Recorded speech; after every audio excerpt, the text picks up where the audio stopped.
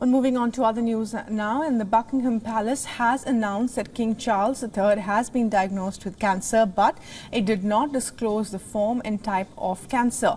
The palace has said that the king will continue his royal engagements, but he will be stepping away from public engagements for health reasons. King Charles recently underwent treatment for an enlarged prostate, and according to reports, the cancer was discovered during the treatment process. The palace said King Charles remains wholly positive about his treatment and looks forward to returning to full public duty as soon as possible. The royal family usually does not share details about any illness, as they regard all medical issues to be private. However, the palace has expressed their desire to give updates to assist the public's understanding.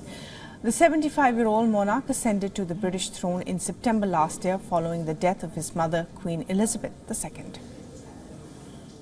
Well, I was waiting for my friend. We were going to have some dinner.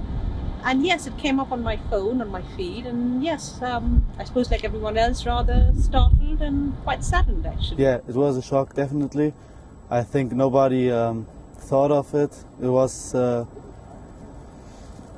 hard to hear it. And I hope the best, actually. But I also heard that it wasn't that bad, fortunately. So we hope all the best, and we pray for him. That's all we can do now. And Stuart Smith is now joining us from London for the very latest on what the royal family is saying about King Charles' health conditions. And Stuart, tell us a little bit more. And of course, even as best wishes are coming from various leaders, including the Prime Minister, for King Charles. And we know that Prince Harry is likely to visit as well.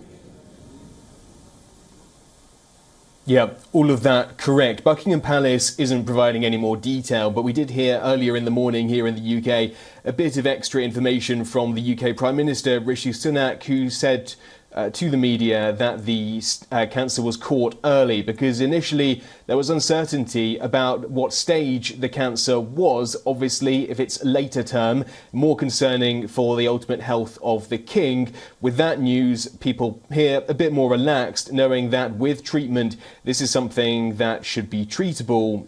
Buckingham Palace haven't said what the type of cancer is, but we know it's probably not prostate cancer because it was after a hospital visit that King Charles attended to look at an enlarged prostate that this other cancer was found. But that's all Buckingham Palace has said. With regard to his duties, he is still head of state in the UK and acting in that capacity. He'll be undertaking the formal work, reviewing papers, signing documents, but not attending public engagements. Those will be taken over by most likely other members of the royal family, such as Prince William, who has his first engagement after supporting his wife through abdominal surgery for the past month. His first engagement at Windsor Castle on Wednesday, so he's one of the royal family members, himself being heir to the throne due to pick up some of King Charles's work, but no need for any of the emergency plans that are in place should the king be disabled. As to Prince Harry, the king's youngest son,